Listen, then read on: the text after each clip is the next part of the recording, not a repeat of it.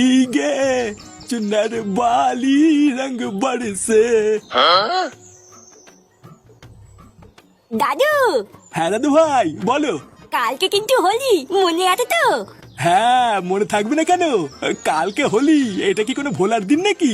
কালকে কিন্তু তুমি আমাকে পিচকারি আর পটল রং কিনে দেবো। আমি আর কেউতে কালকে দুজন মিলে হোলি খেলবো। মানে দাদু ভাই, পিচকারি তো ঠিক আছে, কিন্তু পটল রং নিয়ে কি করবা? ওই রং তো লাগলে আর ওঠে না। এটাই তো মজা, বৌদিদের গালে টুক করে লাগিয়ে পালিয়ে দেবো, পরে আর তুলতে পারবি না। দিন দিন তো দেখছি এই ঢামেটা বাপের মতনই বাড়াচুদা হচ্ছে। কি হলো দাদু, আমি কি বললাম শুনলে তো? কালকে কিন্তু আমাকে পিচকারি আর পটল রং এনে দিতে হবে। আচ্ছা দাদু ভাই, ঠিক আছে এনে দেবো।